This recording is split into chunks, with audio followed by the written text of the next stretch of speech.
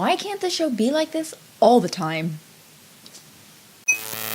I think everything that needed to be in this episode was in the episode. Great finale, had so much great storylines just tossed into this one episode. It was jam-packed with awesome, and I wish that every episode was like that. I do like the Vesson of the Week episodes sometimes when they're kind of creepy and weird. I think that the show really it gets a lot more out of it when the story arc and the mythology is present, and I think that that's what the show needs a lot more. I'm very happy that it was greenlit for the next season, so I cannot wait for that. Monroe and Monrosalee are now married. Wu just discovered that he is not as crazy as he thought he was.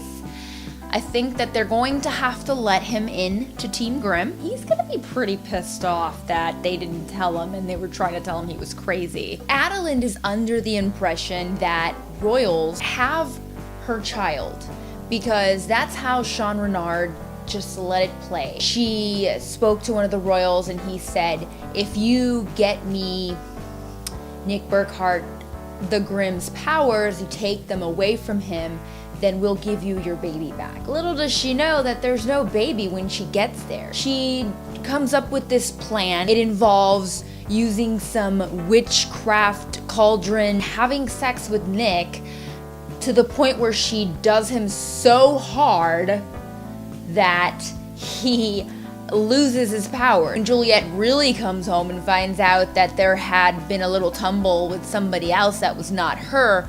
She kind of freaks out.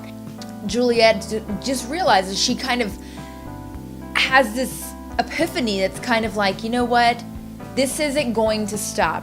You're a Grimm, and this lifestyle, the fact that you just had sex with another woman in our bedroom, this lifestyle is never going to end. So as long as you are Grimm, and I don't know that I'm ready to continue down that path with you. This is a crossroads for Nick, especially Nick and Juliet. The Grimm lifestyle isn't something that she's ready to be a part of, or she doesn't want to be a part of anymore because of so much drama that's involved with it, that it entails. Hey, Nick isn't a Grimm anymore because he just lost his powers to Adeline. Could this possibly be the point where Nick says, you know what, I'm okay with that? Because there was that little hint where Trouble asks him, if you could choose, would you be a Grimm or would you not? Is he going to pursue Adeline to the point that he's going to get his powers back? Can a Grimm get his powers back? I mean, Adeline had to do some crazy ass stuff to get her powers back.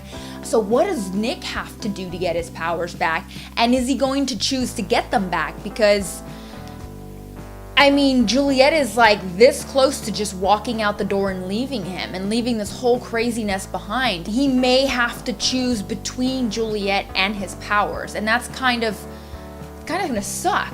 Maybe having Trouble around isn't so bad. Trouble, I'm glad that they added a new Grimm. I wish that they would have done this a lot sooner. The fact that they have, the mother, and then they have Trouble now, who I think is a very, very complex character that they kind of need in this kind of show. They do need a different type of character in the show to kind of change up the dynamic between all the characters, because everything with these characters in the show is so hunky-dory. Everybody's fine with everything that's going on, and I'm glad that they brought in Trouble to kind of change up a little bit of the relationships between the characters. She's a little different. She's not accustomed to this type of lifestyle. She's freaking amazing. She's a badass, and she brings so much to the table, and it looks like now they're gonna need to keep her because she's the only Grimm right now. The other Grimm that came in, Sam Anderson, he was a more reserved type of Grimm, but the great thing about having that character is that they brought in another key. And if we're keeping count here, for 3 seasons, we have 2 keys. We are excited to see where it's going to lead us in the Black Forest. What kind of things await us there?